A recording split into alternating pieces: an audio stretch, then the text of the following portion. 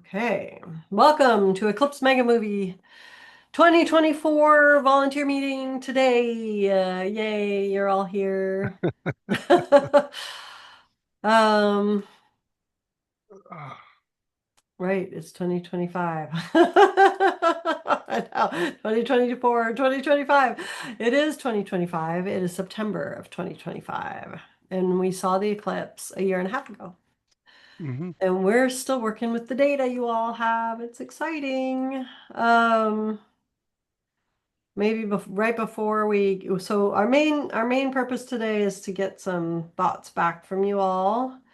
In terms of if other people want to do an Eclipse Mega Movie kind of thing before, again, what they should be thinking about. But I just thought maybe I could show some um data. So just warning. So we're going through all the observatories. We're calling each of your camera setup an observatory. That's our terminology.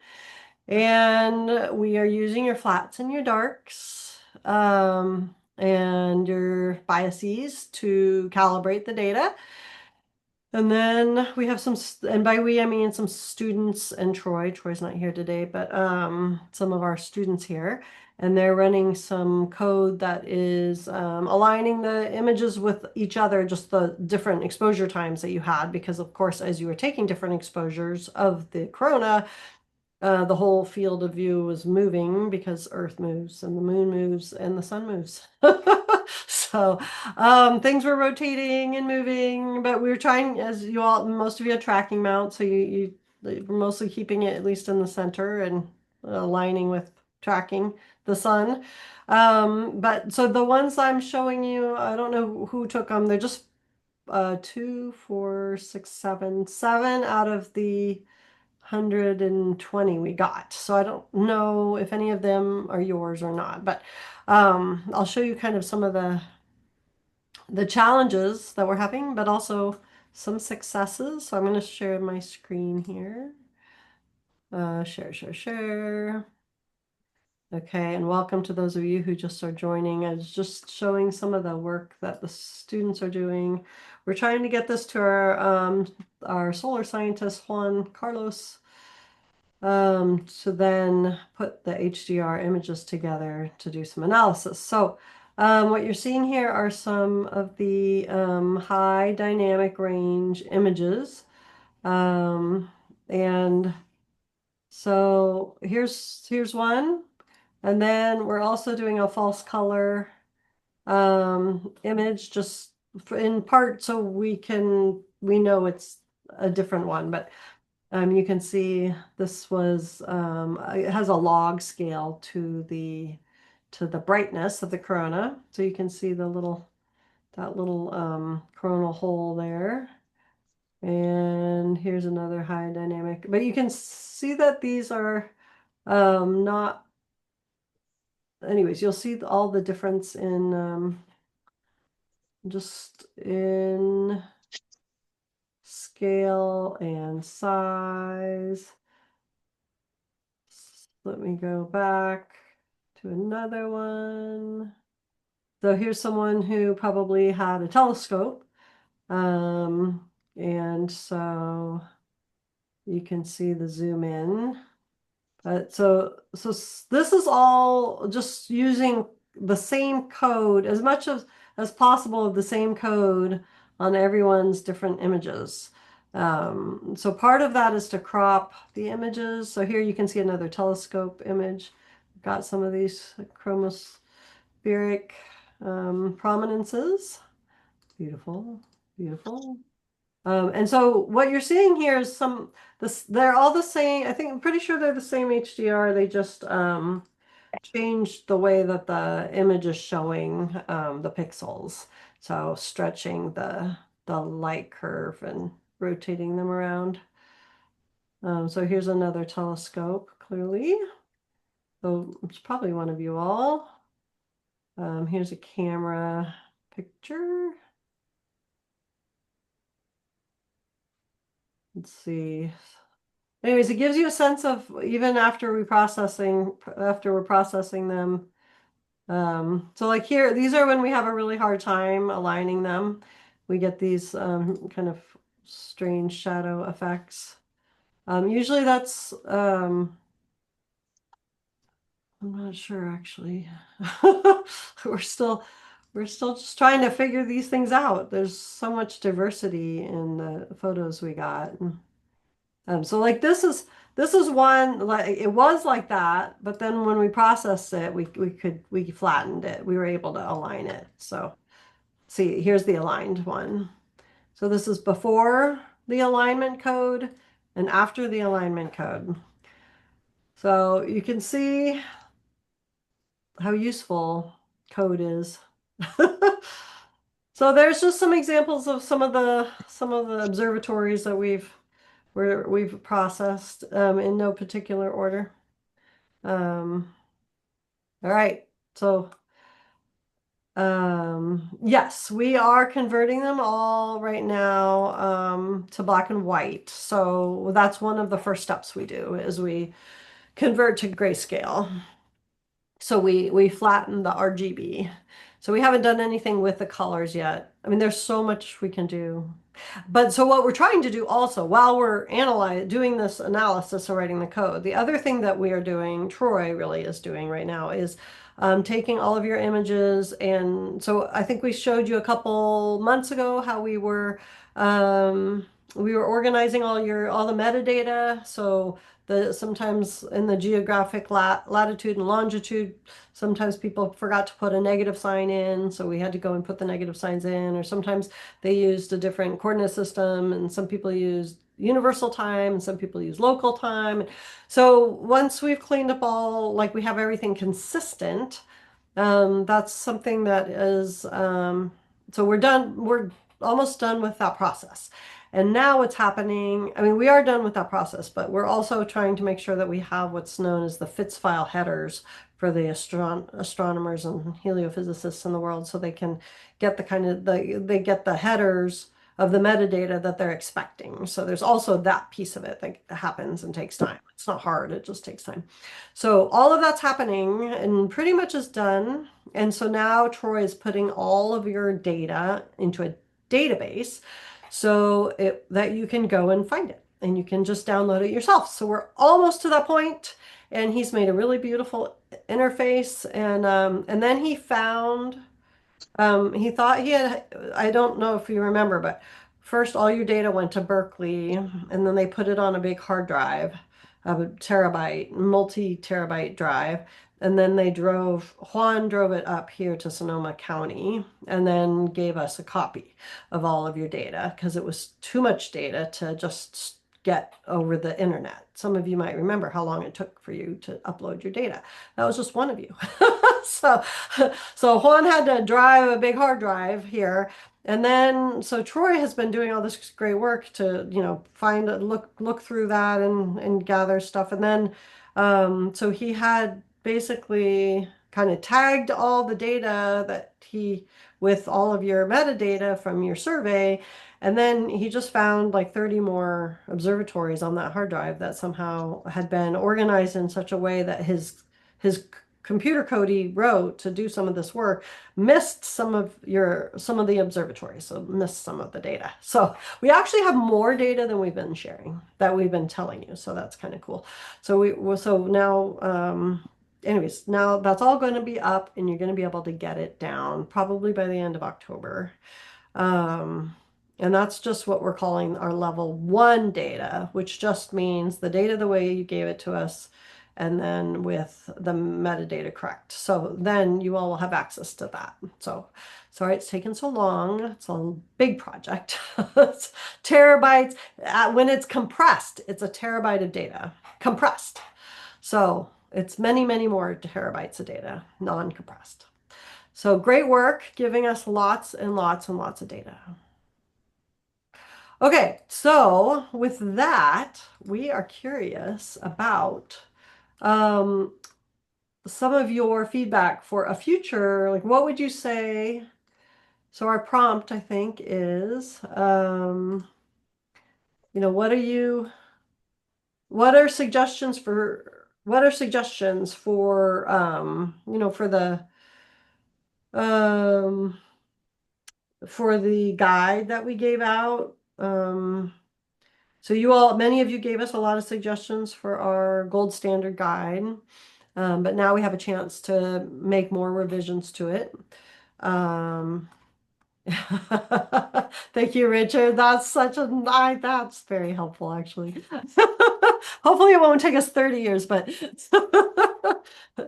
it's only been a year and a half, so. Yes, Richard says, just remember it took Kepler 30 years to process Tycho's data. And how many joules of computation? Yes. Okay, these are great questions.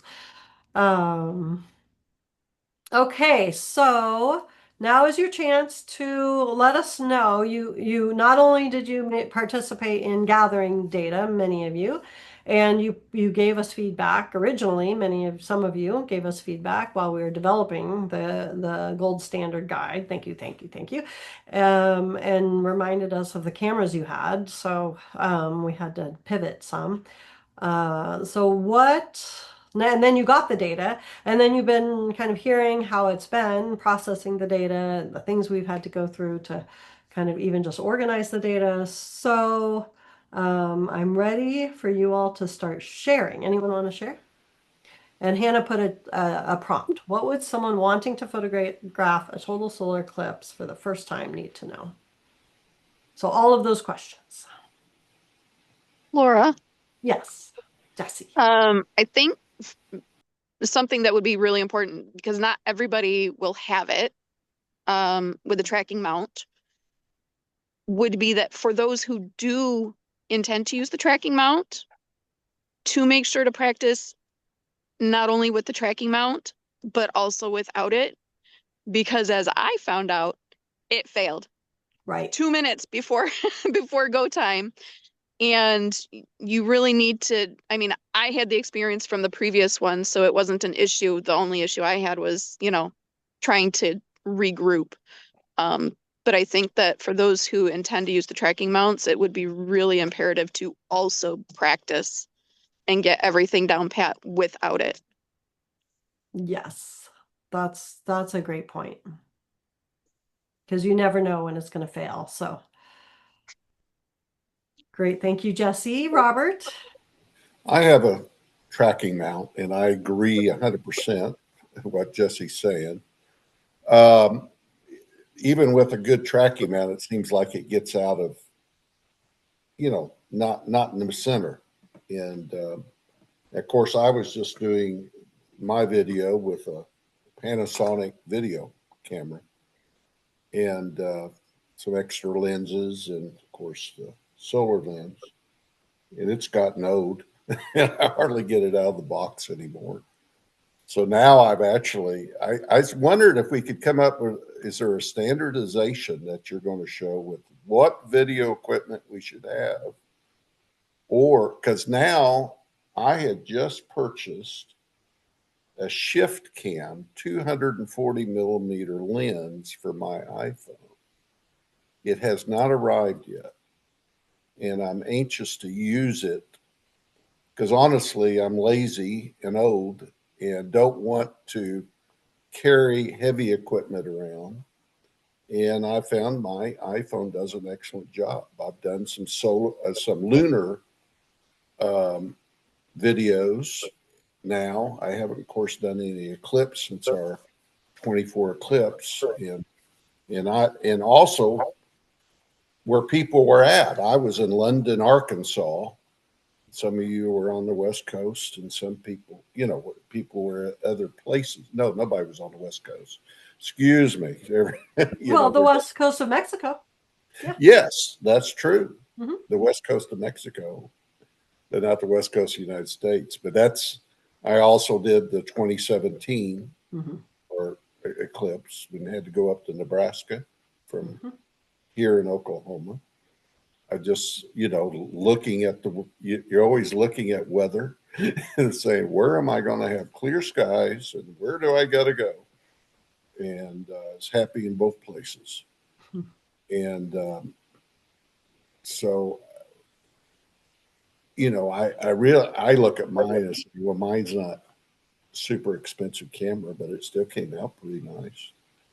But sometimes it fuzzed out a little bit and you had to get back in and focus and so forth due to the type of equipment. I'm trying to be cheap. That's all there is to it. So if you're coming up with a standard that people can afford, Mhm. I would love to know about it. And that's all. Yeah, we have not yet come up with that standard, but it's a great thing to add for sure. Okay. Yeah. Great. Are there other people who would like to add?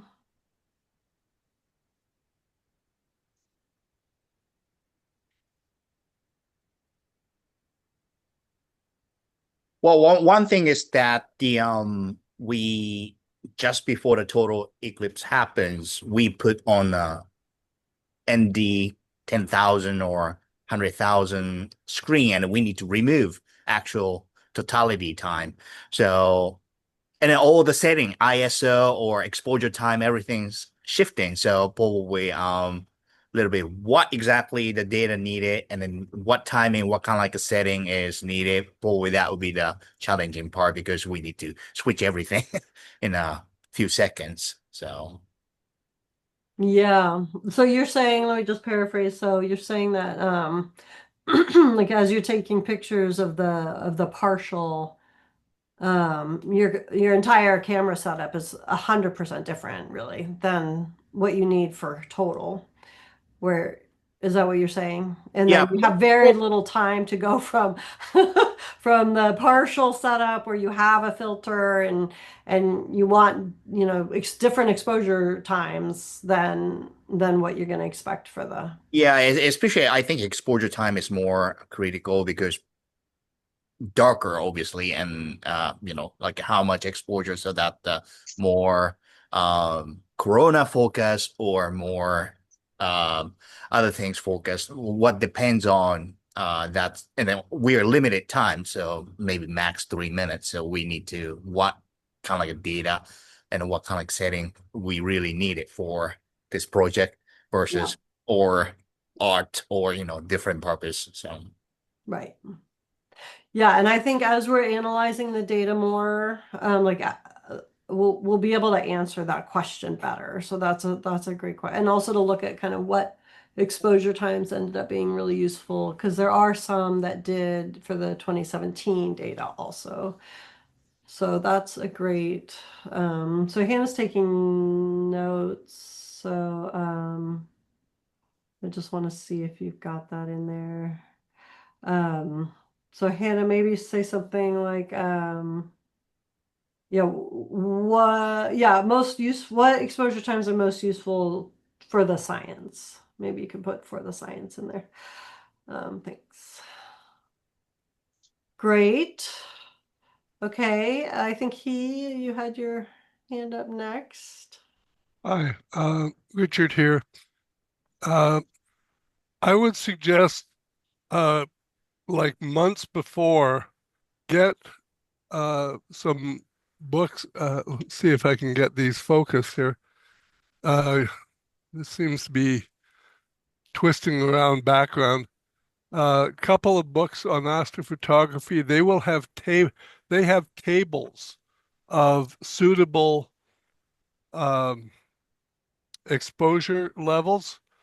The one trick I was told years and years ago doing this was set the camera on manual and then just bracket like hell, you know, because the inner corona is brighter than the outer corona. Uh, and the only way to get it all is even shooting raw. You need to have as wide a range as possible. So, take some hints, and this seems to be showing up backwards, but Oh, it looks right for us. We see it okay, correctly. and Yeah. these are good. These are good ones. I've used both, but main thing is just bracket like hell. Okay. Yeah, no, and I think that that's also what some people just wanted this summary statement. Yeah. So I think that's a good summary statement. Thank you, Richard. Those are great resources. So How do I the disappear? How do you disappear? I don't know if I can help you. one of the things that if you have experience doing astrophotography at night, shifting to daytime is not going to be as difficult. If you are brand new, never done anything before with astrophotography, um, the hint is learn to do astrophotography at night and then transfer the skills over to daytime. Hmm. Um, the one thing that you need to learn for daytime is aligning your mount to without The Polaris. w- without Polaris, essentially, right? Or the mounts that do the two star or 3 star auto align, they won't find any stars to align. So you have to kind of figure out how to do that manually. Um, the next time we get a total solar eclipse over the continental US, um, I'm not sure that my age and muscles and all of that would have any of that stuff going on. But at the same time, the camera technology will be so much better and so forth. And so the advice that we give now is good for probably 2 or 3 more years, not the, yeah, 2099. I don't think I will be alive. Right, and it's hard to know the type of technology that's going to Right. exist in 2099. And you know, the sensors are getting so much better. They may be able to do a whole bunch of things where we now have to take the filter off and put the filter back on and bracket like heck and things like that. I don't, Right? well, probably so I know some child or grandchild or some community member who Yeah. of part of this community is probably going to design that. Right. Some robotic Right. But if someone has on their bucket list going to the pyramids in 2027, I think it is, or right. Yeah. perhaps Gibraltar, if you don't want to, or Spain, if you don't quite want to make it all the way to Egypt. Uh, yeah, the hints would very much be things like get some experience so that your first time will actually not be your first time. Yeah. Yeah, that's, I think, yeah, if we had kind of worked with everyone to take pictures of the moon or even stars at night for the whole 6 months going up or a year ahead, even before we had the gold standard, you're right, that would have been good. Yeah, really, really good. I like it. Jennifer, you're up next. I was gonna say that I thought the YouTube videos that especially he putting together his setup and then kind of talking about where it's the same idea as the tips, but like a seeing someone put together their setup and what it looks like was really, really helpful for me. I was comfortable with the camera. I was fine with it on a tripod, but setting up the tracker was new and I was willing to learn, but seeing it was really helpful. So maybe people with different kinds of setups have some build videos on YouTube. Love that idea. That's right. And his video's still up, so you all can go look at that and copy, make your own. And then the other one I had was and this was asked kind of early on, but trying to figure out what you can do to contribute based on what equipment you have already. So some people could have participated in some of the other projects with just their cell phone and trying to look at, a quiz that says what do you have skills in and what equipment do you have or are you willing to get might be a good way to direct people to other options if they're not the highest end Yeah, in terms of all the technology. I like that. Yeah, we probably could have coordinated that a little more with we worked both with SciStarter, which was a citizen science platform, and also NASA. And I know they were working to try to direct people to the right places, but I like Right. this idea of having kind of like an entry point where people can go and be like, I have this. So then it recommends Right. the approach. And I'll just say too, I don't say any of this because I thought you guys did things badly. It was figuring it out on the fly. And so this is Monday morning quarterbacking. So Aw, thanks, Jennifer. Thanks, I appreciate that. I see Jesse also said in the chat, you had a great how-to guide going into this. Perhaps a what if this goes wrong guide would be helpful. Right, a troubleshooting page with information on how to correct some things and a list of priorities. And I think that kind of also goes back to He's point. Like if we had people from day one of the project just going out at night, trying to shoot stars, like just take a picture of the stars and then they'll come back. Well, like I no stars showed up in my field. Well, you had the wrong exposure time. Now I have stars, but they're streaks. Right, you need a tracking mount. Now you have a tracking mount. Okay, now I didn't get the tracking mount set up with Polaris, so there's still streaks. Like I can, right, like there's all, my tracking mount broke and I couldn't take the stars. Like, okay, now we're going to do the moon. So, that could have been happening, and then we could build that troubleshooting. You also get to practice the troubleshooting. So I like the idea of a guide, and I also like the idea of practicing the troubleshooting guide.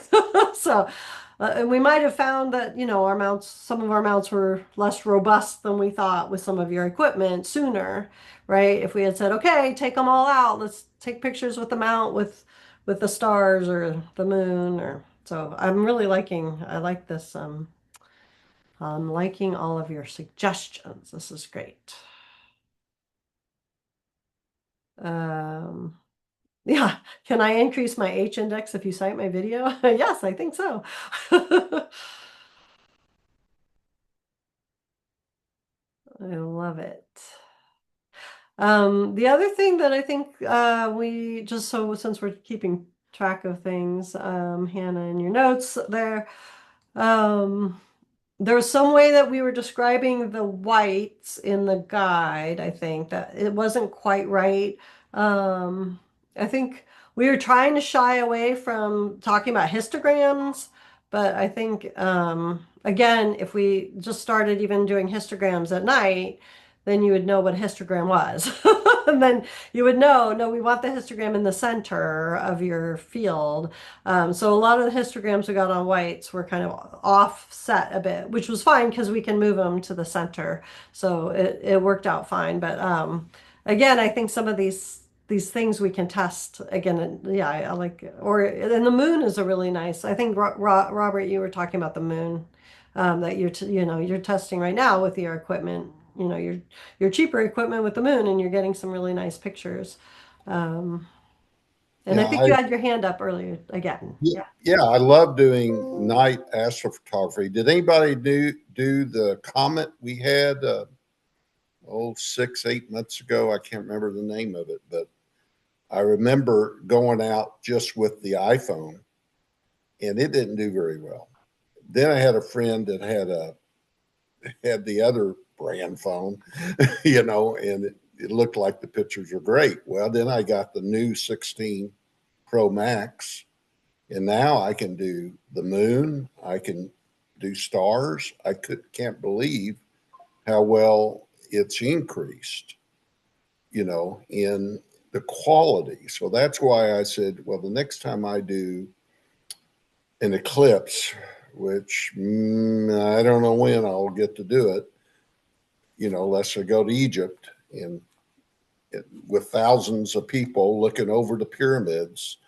That would be wonderful. But that would, I want to do it just with my iPhone and maybe a lens attached to it, and that's it. That way I could take it easily.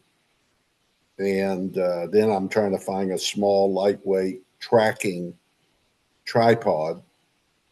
The one I have is a bit old.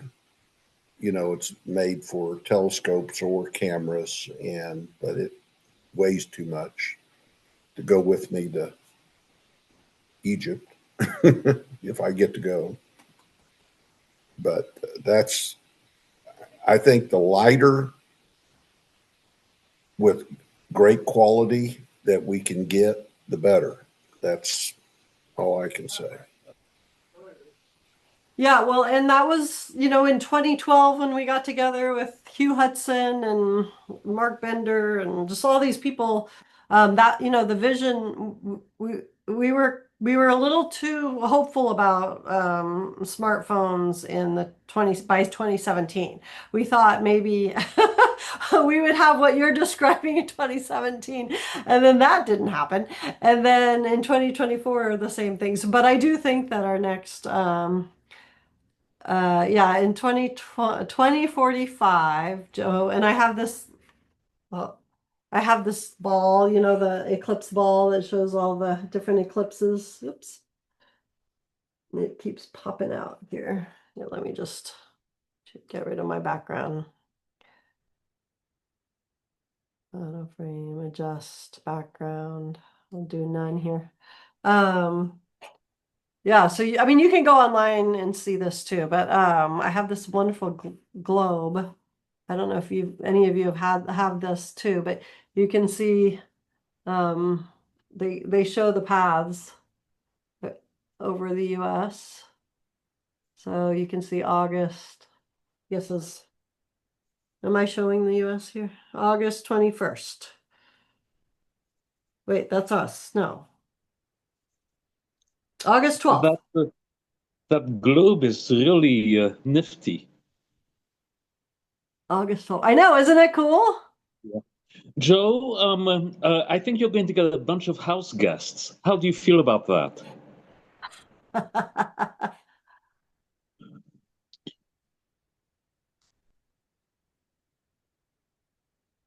Colorado's pretty big, but that's how he feels about it, I guess.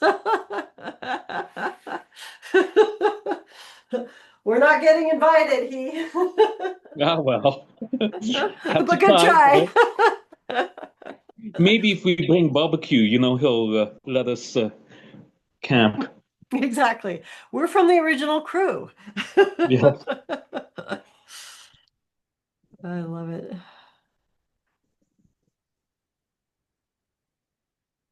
Yeah. Yeah. No, lighter Where did you equipment. get it, Laura? The eclipse globe? That eclipse globe Lynn gave me, actually. So I don't know where she got it. I'm sure if you put in eclipse globe into Google, are you looking, Hannah? Online? Yeah, I'll search it out. Yeah, we can. I've seen it online when I did a search for it. It's probably on Amazon. Exactly. It's probably on Amazon. It's probably there. Yeah. Whether you'll get it or not. I'm having trouble with Amazon. Oh no. Yeah, I ordered things and they kept getting delayed, and I finally canceled them. Yeah, I don't know actually, I what's had wrong. that situation with a couple things. I think the tariffs are causing some delays now. That's Yeah, what I've been hearing from people who work in that area. okay. Just because they have to change their pricing. So they're about to ship them out and then the tariffs hit and then they're like, "Oh, we can't ship this out because we can't afford to ship it." So then they have to figure out how to like I don't know. It's not my job. I definitely am not in that world, which I mean, I purchase things, but I don't deal with international companies other than purchasing. So I don't know, but I've heard someone was explaining it to me how the delays have been happening. But hopefully that'll all get settled down, and so everyone will have a number that they're working with. It's always hard when things are changing. But yes, lighter equipment. But the problem is with the physics of good images is that lenses, like, I mean, you need large lenses are what helps us get really large, expensive lenses, meaning really well crafted without a lot of aberrations, are what give us good images. So, and they're heavy and expensive. So I'm not sure, But at the same time, the sensors are getting better, but the sensors are right? getting better. If you look at That's true. a sensor today, if I were buying new equipment today, I'd get the Sony AR something something something, right? But I'm locked into the Canon system because I already have Canon lenses. Um, uh, the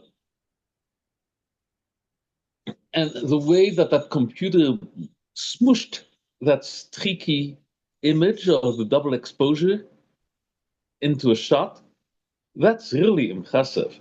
And so with both better sensors and better software, um, I wonder how far you can actually push the imaging, and it would be a nice student project to maybe do some analysis of signal to noise and all those things. The fundamental physics are going to be the same. Your limitation might be um, would be good practice for a student to kind of look at that and do some calculations, and would be a nice you know miniature research project for someone interested in doing that. I love that in fact, we just hired a new physics student, and he wants to be an astronomer. And so this would be a great calculation for him to do. Yep. And Yep. he went through the tasks I gave him already. So he may be ready for this task. Right. He's like, I just want to learn. I'm okay. Right. Yeah, I like that. That would be fun. Yeah, I can help him get it set up. Yeah, if he can get that done before the next couple volunteer meetings, we could present it. Maybe he could present it. That'd be fun.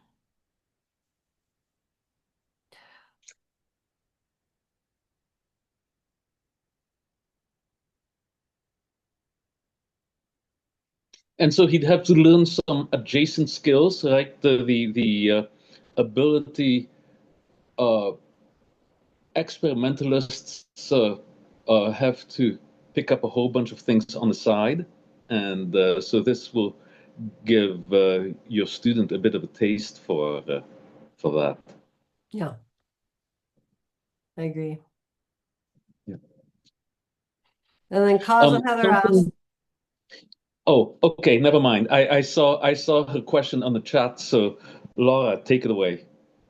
"Oh, why don't you go with analyze Canon versus Nikon? Because it's is that what you were going to answer, or were you going to answer No, how your no, scientists?" that was what Joe was suggesting that your student do as part of a project is to also look at state-of-the-art commercial lenses now, right? Right. as an extension after he gets the theoretical, this is what it would take eventually, then he can go back and sort of say, and here is the existing state of the art. Mm-hmm. But I think Heather asked about how are those predictions made. You could grab a copy of one of Fred Espenak's book, and the math, I can't do the math that he did. Yeah, it's a three-body problem. The sun and the moon and the earth. I mean, They you buy basically that globe and then do the prediction. The globe. It's just That's like pretty hilarious. Oh, well. it's just every year my eighth graders ask that question. So Yes, I mean the eighth grade answer is that we understand so we understand gravity yeah, to a pretty, I mean, we understand gravity when it comes to things orbiting around each other. So we've got Earth, and then the moon's orbiting Earth, and then we have the sun, and we know the time it takes the moon to go around the Earth, and we know that orbit looks like, and we can mathematically calculate it. And then we know how long, it takes Earth to go around the sun, which is, of course, 365 days plus some. The plus sum is what gets everything very fun and exciting, actually. And then the moon's orbit, can also be calculated. So we have, and then we can use this law called Kepler's law, which is a mathematical formula, which goes back to our the original message in our and that Richard put in. Just remember, it took Kepler 30 years to process Tycho's data, and in fact, in like it in that analysis, Kepler came up with this law that allows us to calculate where the Earth is relative, I mean, around the sun's orbit, and what that orbit looks like, and then what the moon's orbit looks like, and any orbit around any body. And so when you know that, when you have those equations, you can then set them up and basically solve them in time. So you use mathematical, actually, Hannah and I were talking today about computational thinking. You use computational thinking to set up your equations, and you can the thing is, you can't really solve it for very long, what's in a way that's called analytically, meaning you can write down all the equations, and then you can put them into a big formula and then try to solve it. But in fact, solving that long term doesn't work very well, because the Earth isn't a perfect sphere, and the sun isn't a perfect sphere, and the moon isn't a perfect sphere. And then there are all these other planets in the solar system. And so there's these little tiny perturbations that actually affect the length of the eclipse and the location of the eclipse. And so that's why, like, NASA has to redo those calculations using a big computer, using computational thinking and algorithms. They have to create, basically, they have to resolve it closer to the eclipse to get it to to say what town exactly will be under the solar eclipse on the edges. So there's some uncertainty because of all these different factors in that equation. So it's actually a really, really that's why he said, if you read Fred Espenak's book, which I love, we're keeping, like, Fred Espenak, his memory's going on for a long time. So part of him will never die, I think, because he just did such great work in this arena. And in his book, you can see how, that calculation can be done, and then the complications. So they basically you have to do this thing called perturbation theory, which is, you assume you take little steps to solve the problem, basically. Um, and so that's kind of a summary statement of how it works. For those who have had physics in undergrad, you solve your Lagrangian equations and that you learn in classical mechanics, and um, so you can get more and more precise. But just as Joe said, the predictions for the 2099 eclipse over the U.S. has already been modified. So my very nice globe here that Hannah says is quite expensive. I haven't clicked on the price. Like it's going out of date. So, so it's a good proxy though. We call it like zeroth order, which just means like if you ignore all those perturbations, it's close enough. But don't plan your trip. Like go ask NASA the year before where you should go. But now with AI and having all those calculations in the AI system, I bet you I could go on to Chat GPT and say, give me the locations of all the eclipse and give me a globe image and have that done in a few minutes for the next 30 years or something. Maybe. So I think you all should of that, try it because AI hasn't been very good when it comes to this type of thing because well, maybe not. it's Maybe so there's, niche. When you may get yeah, fake prices, like we get fake legal citations when attorneys try that. Yeah, that's true. And yes, fake you can. citations. It's happened. I've seen it. They get sanctioned. Yeah. But But we are on that path. It is true. I Yes. used it recently to make some new logos, and I thought it did real well, actually for a church.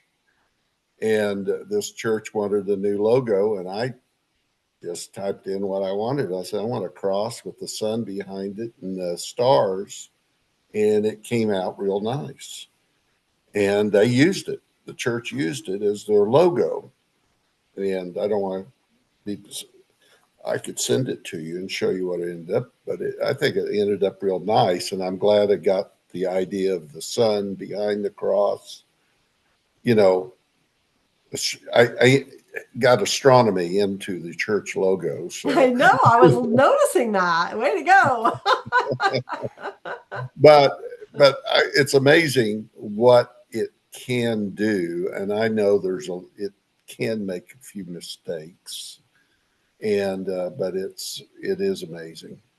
No, we use it here. We're making sure all our students can use it and can look for what Jesse was saying. Like The mistake.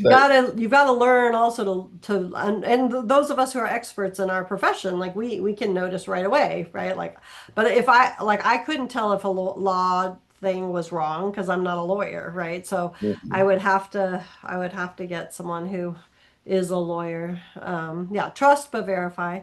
But it really helps, like it helps our team debug code that we're using to build our ground station and so we can work with our CubeSat little satellite. So it's been very useful. I agree. But you have to use it with the critical thinking. You've got to use critical thinking. That's correct. Yeah. And As with everything in life.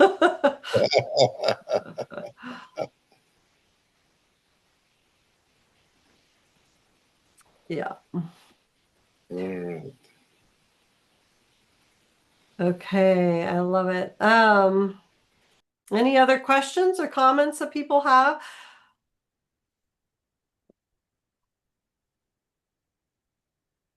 Well, it was great to see you all. Next month, just I'll advertise next month. Next month, I think this is right, Hannah, right? We have Brian talking. I believe so, but I will double check. Okay, you double check. And meanwhile, I'm going to tell you all Brian will be here because I'm pretty sure he will. So Brian Mendez, he's an astronomer. He also did Eclipse Megamovie with us, and he was my colleague at UC Berkeley. He's still there. And he also does a lot of education and outreach kind of work. In fact, that's mostly what he does.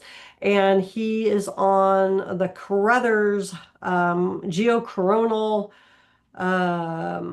education and public outreach team, and that NASA mission just got launched successfully, and it is working, and it's going out to a Lagrange point, which is a place where the sun's gravity and Earth's gravity are roughly the same. And so you can put satellites in those areas and they can kind of hover in that area. And it's going to look back at Earth and look at the Earth's outermost atmosphere that's mostly made up of hydrogen and see how that changes as Earth's climate changes.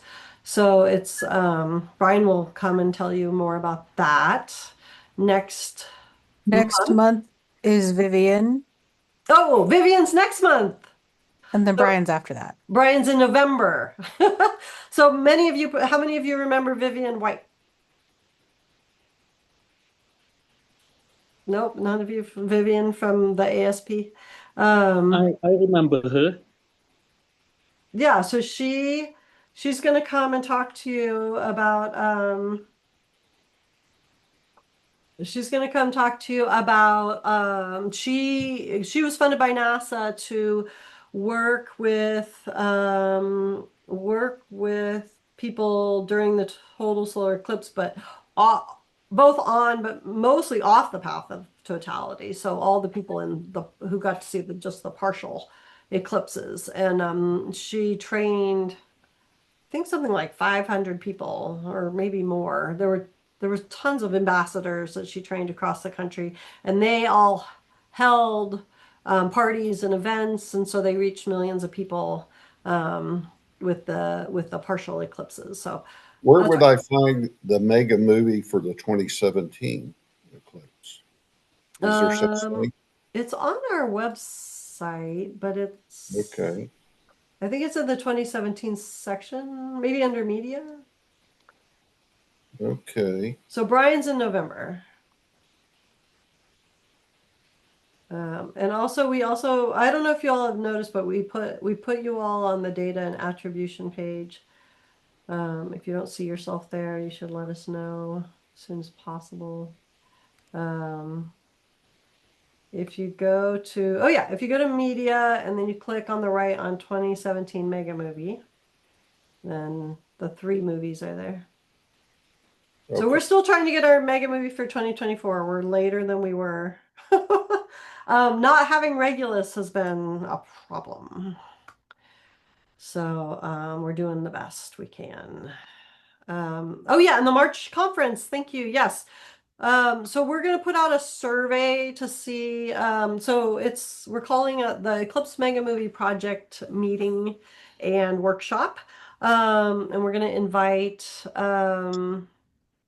So you all are invited. We will try to do some hybrid sessions. So I know some of you won't be able to travel here.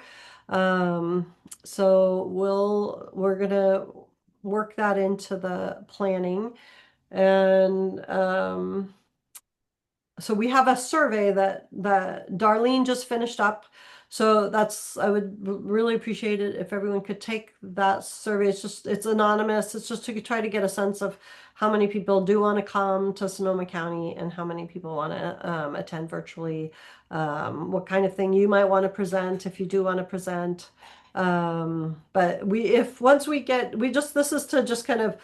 this is for logistics purposes only. And then we'll have like a application, we'll have a sign up website where you sign in and you can submit an abstract, on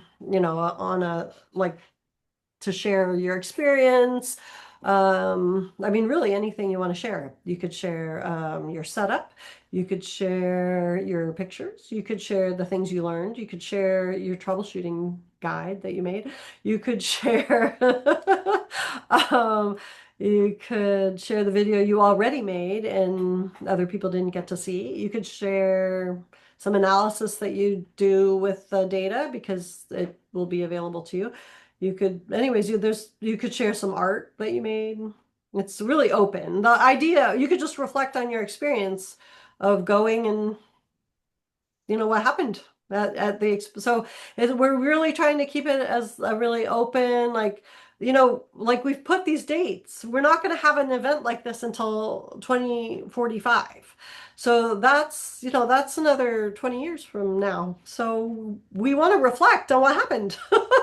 Like a lot of, I mean, it was really powerful. I think for many of us, just the emotional aspect and being with friends and family or strangers that we got to become friends with, or like I've just heard so many amazing stories. So we're trying to kind of make a moment for people to reflect and share. Like one of my colleagues who is running the American Astronomical Society's solar eclipse task force, she got a book deal and to write a book about putting what it took to put events on for, you know, hundreds of thousands of people or thousands of people during the total solar eclipse and what that was like. And so she had a bunch of different people kind of add to that and stories, and so that book is out and she's wanting people to know about it, and so I'm going to reach out to her and see if she wants to be part of the planning or come and talk about her book or so. And then the ASP Vivian White, who's going to talk next week, she, you know, their new leader actually is a solar physicist and did his research in eclipse, did some eclipse research actually, and so we're hoping that they're going to also be part of our part of the meeting in a meaningful way. I also talked to the Eclipse, the Exploratorium. So some of you know they're really well known solar, not solar, but science center in San Francisco. They kind of came up with the whole idea of that you should do hands-on science engagement with the public and not just have a museum where you're reading things. So they're in San Francisco, and I thought maybe we could do some field trip or something, organize some field trips like before as people come in, you know, as they fly in, maybe they can sign up for a field trip at Exploratorium and have maybe Rob Semper or the kind of the Eclipse gang there. They've been doing Eclipse broadcasts for so many years, over 20 years. So I thought maybe they could do something cool at their museum for people who wanted to sign up and do that. So these are the things we're trying to make happen for March. March is not very far away anymore. So it's coming. So look for the survey. Next step's the survey. And then once we have a better sense of who wants to come versus who wants to do it virtually and all of that, then we will yeah, and the other thing, I know some people won't be able to afford to come and other people will be able to afford to come. And so we're also looking for people who are able to come and want to support other people to come, you know, to sponsor people to come. So we'll be asking that question too, like, are you able to sponsor travel for other people and such like that? But we'll also do hybrid so that people can stay home if they need to. So those are the plans. Should be fun. All right. See y'all later. Thank you so much for coming. Thanks, everyone.